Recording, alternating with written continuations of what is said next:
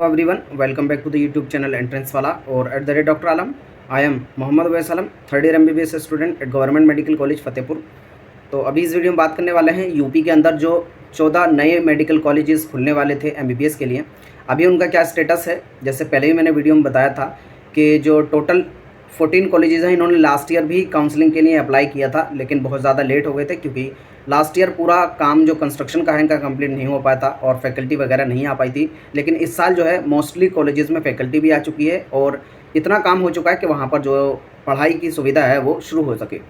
तो और यहाँ पर जो परमिशन के लिए ऑलरेडी जो 14 के 14 कॉलेजेस हैं यूपी के अंदर, जो गवर्नमेंट कॉलेजेस एमबीबीएस के आने वाले हैं यूपी के अंदर, तो उन सभी ने परमिशन के लिए अप्लाई कर दिया है। आप सभी को पता होगा कि जो भी कॉलेज पहले खुलता है उसको एनएमसी के पास परमिशन के लिए अपना फॉर्म भरना होता है, नेशनल मेडिकल कमीशन के पास। फिर वहाँ से एनएमसी की टीम आती है जो निरीक्षण करती है, यानी कॉलेज के अंदर चेक करती है कितने फैकल्टी वगैरह पूरी है कि नहीं, और जो लैब वगैरह है वो पूरा बना है कि नहीं, और जो सुविधाएं किसी भी एमबीबीएस स्टूडेंट को उसके कोर्स के दौरान ज़रूरत होती है, अगर वो सब अवेलेबल हैं या नहीं, ये सब चेक करके फिर उनको परमिशन दी जाती है। और इस साल जो पूरे चांसेस हैं कि मेजॉरिटी कॉलेजेस को इनमें परमिशन मिल जाएगी। अभी तक जो टोटल 14 कॉलेजेस हैं उसमें 13 कॉलेजेस के अंदर जो निरीक्षण है, यानी जो चेकिंग है एनएमसी की तरफ से हो चुकी है। उन्होंने देख लिया है कॉलेजेस के अंदर क्या क्या है और कैसा है। हालांकि रिजल्ट अभी किसी भी कॉलेज का नहीं आया है और वो एक साथ जो है वो निकालते हैं कि इन कॉलेज को परमिशन मिल गई है और इनको नहीं मिली है।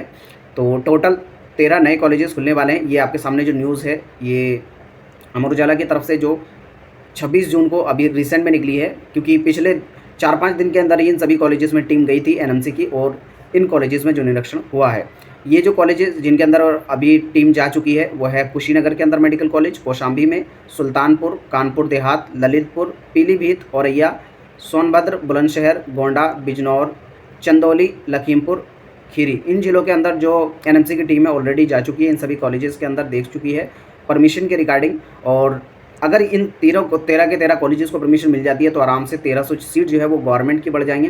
फिर आपको पता जो होगा इन जो टोटल एमबीबीएस की सीट्स होती हैं उसकी 15% जो है ऑल इंडिया कोटा में चली जाएंगी और बाकी जो बची हुई 85% है वो स्टेट कोटा में आ जाएंगी। तो एक बड़ा नंबर है। अभी तक जो है 31 मेडिकल कॉलेजेस एमबीबीएस के गवर्नमेंट थे यूपी के अंदर, जिसमें टोटल 3828 सीट्स थी और इसकी जो फिर 15% ऑल इंडिया में चली जाती हैं और जो 85% होती हैं वो स्टेट कोटा में रहती हैं। उसके बाद टोटल 3330 सीट्स के अराउंड जो सीट्स हैं यूपी के अंदर गवर्नमेंट, जिन पर लास्ट ईयर काउंसलिंग हुई थी, हमने पूरा लास्ट ईयर भी काउंसलिंग कराई थी। तो अगर आप चैनल पर नए हैं तो चैनल के साथ जुड़ जाएं, पूरा काउंसलिंग का प्रोसेस वगैरह यहाँ पर आपको मिलता है और कैटेगरी वाइज, कॉलेज वाइज सब कट ऑफ और कैसे काउंसलिंग करनी है ये सब भी, और पेड काउंसलिंग भी कराई जाती है जिसमें गाइडेंस का जस्ट 1200 पूरा काउंसलिंग का गाइडेंस आपको दिया जाता है। All India quota plus state quota, colleges की प्रेफरेंस लिस्ट और कैसे आपको काउंसलिंग करनी है सब कुछ बताया जाता है। अगर आप ज्वाइन करना चाहते हैं डिस्क्रिप्शन में लिंक दिया, वहाँ से जाकर ज्वाइन कर सकते हैं। और अगर खुद से करना चाहते हैं तो पूरा काउंसलिंग का जो प्रोसेस है यहाँ पर आपको वीडियोज़ के थ्रू मिलेगा। आप सभी वीडियोज़ को देखना होगा और आप खुद से काउंसलिंग कर सकते हैं। इन सभी कॉलेजेस में 2024-25 के लिए जो एमबीबीएस की सीट्स हैं वो बढ़ने वाली हैं, यानी इन सबको परमिशन मिलने वाली है, जिसमें 13 का जो निरीक्षण ऑलरेडी हो चुका है। और इससे पहले जो कॉलेजेस थे उन सभी की लगभग अगर देखेंगे तो परमिशन ऑलमोस्ट कन्फर्म मान सकते हैं।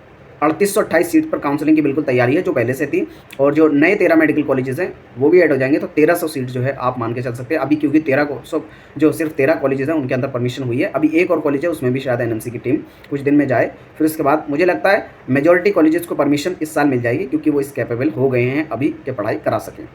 तो ये खुशी की बात है सभी स्टूडेंट के लिए जो भी 2024-25 में अभी एमबीबीएस में एडमिशन लेने का सोच रहे हैं, और स्पेशली अगर वो यूपी से बिलोंग करते हैं। तो अदरवाइज़ तो बहुत हाई कट ऑफ देखने को मिल सकती थी, क्योंकि एक तो वैसे ही जो पूरा नीट का स्कैम वगैरह हुआ है उसकी वजह से इतना ज़्यादा इन्फ्लेशन रैंक के अंदर हुआ है, कोई एक्सपेक्ट नहीं कर सकता। इवन मैंने भी जब रैंक वर्सेस मार्क्स का वीडियो बनाया था सबसे पहले जो देखा एकदम होश उड़ गए थे।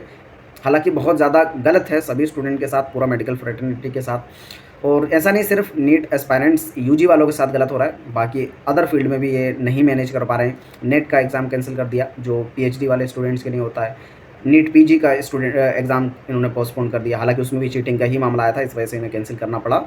जिसमें जो एमबीबीएस के स्टूडेंट हैं नीट पीजी के लिए, यानी जो एमडी और एमएस के लिए एग्ज़ाम होता है, उसको भी इन्होंने पोस्टपोन कर दिया। यहाँ पर टोटल प्राइवेट की बात की और जो बीडीएस की सीट्स बात की जाए, गवर्नमेंट की 70 हैं और प्राइवेट की बात की जाए एमबीबीएस की 5450 सीट्स है। देखेंगे तो बहुत ज़्यादा प्राइवेट की सीट्स यूपी के अंदर हैं और फीस भी बहुत ज़्यादा इनकी लगती है। बीडीएस की 2200 सीट्स टोटल यहाँ पर हैं।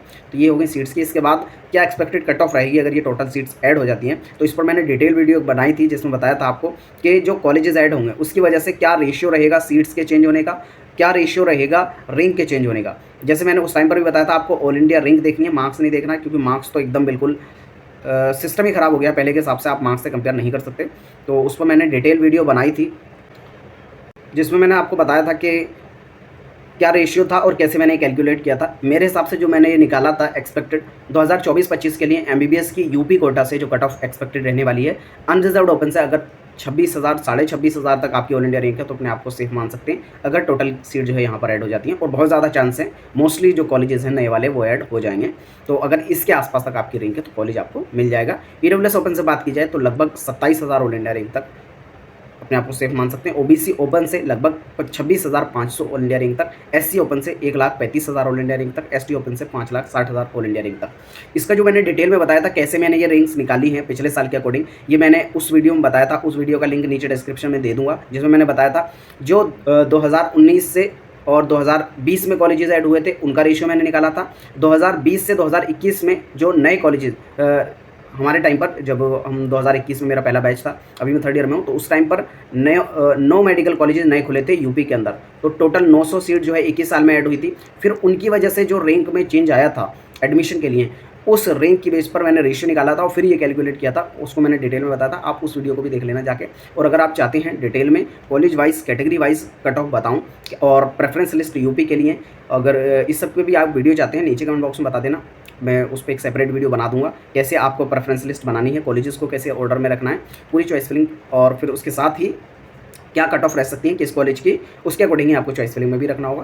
तो आप अगर काउंसलिंग कर रहे हैं तो चैनल के साथ ज़रूर जुड़ जाएं, और जो भी स्टूडेंट काउंसलिंग कर रहे हैं उनके पास चैनल का लिंक ज़रूर भेजें, और जो भी आपकी क्वेरी हो नीचे कमेंट बॉक्स में बता देना, मैं ज़रूर अप्लाई करने की कोशिश करूँगा। तब तक के लिए थैंक यू।